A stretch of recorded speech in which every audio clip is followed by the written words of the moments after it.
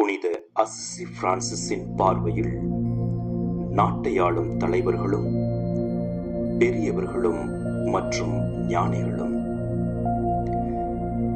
அன்பான சகோதர சகோதரிகளே, புனித அசிசி பிரான்சிஸ் ஒரு எளிய மனிதர். ஆனால் அவருடைய சிந்தனைகள் உலகையே மாற்றியவை. அவர் எப்பொழுதும் நினைவூட்டியது என்ன தெரியுமா? அதிகாரம் என்பது ஆட்சியாளர்களின் சொத்து அல்ல, அது கடவுளின் ஒப்படைப்பு. அது சேவைக்கான பொறுப்பு என்பதாகும். நம் தலைவர்கள் அவர்கள் நம் நாட்டின் தந்தை தாயாக இருக்க வேண்டும். அவர்கள் சட்டம் இயற்றுவதற்காக மட்டுமல்ல, மக்களின் குரலாக இருக்க வேண்டும்.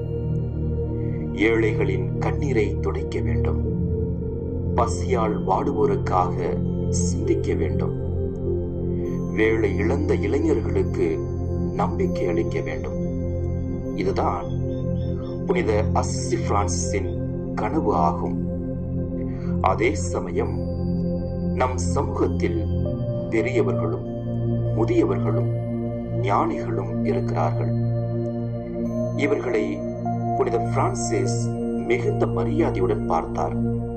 ஏனெனில் அவர்கள் வாழ்க்கையின் பள்ளங்களையும் பள்ளத்தாக்குகளையும் கடந்து வந்தவர்கள்.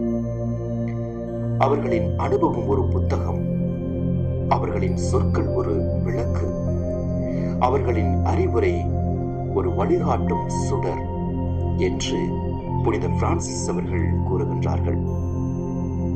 நீதிமொழிகள் ஆகமம் 11ஆம் அதிகாரம் 14வது இறைவசனத்தில், திறமையுள்ள தலைமை இல்லையேல் நாடு வீழ்ச்சியுறும், அறிவுரை கூறுவார் பலர் இருப்பின் அதற்கு பாதுகாப்பு உண்டு என்பதை நாம் பார்க்கின்றோம். ஆதலால் தலைவர்கள் பெரியோர்களின் ஆலோசனையையும் மக்களின் அனுபவத்தையும் கேட்க வேண்டும். மீகா இறைவாக்கினர் 6ஆம் அதிகாரம் 8வது இறைவசனத்தில் இவ்வாறு இறைவனுடைய வார்த்தையை எடுத்து கூறுகின்றார்.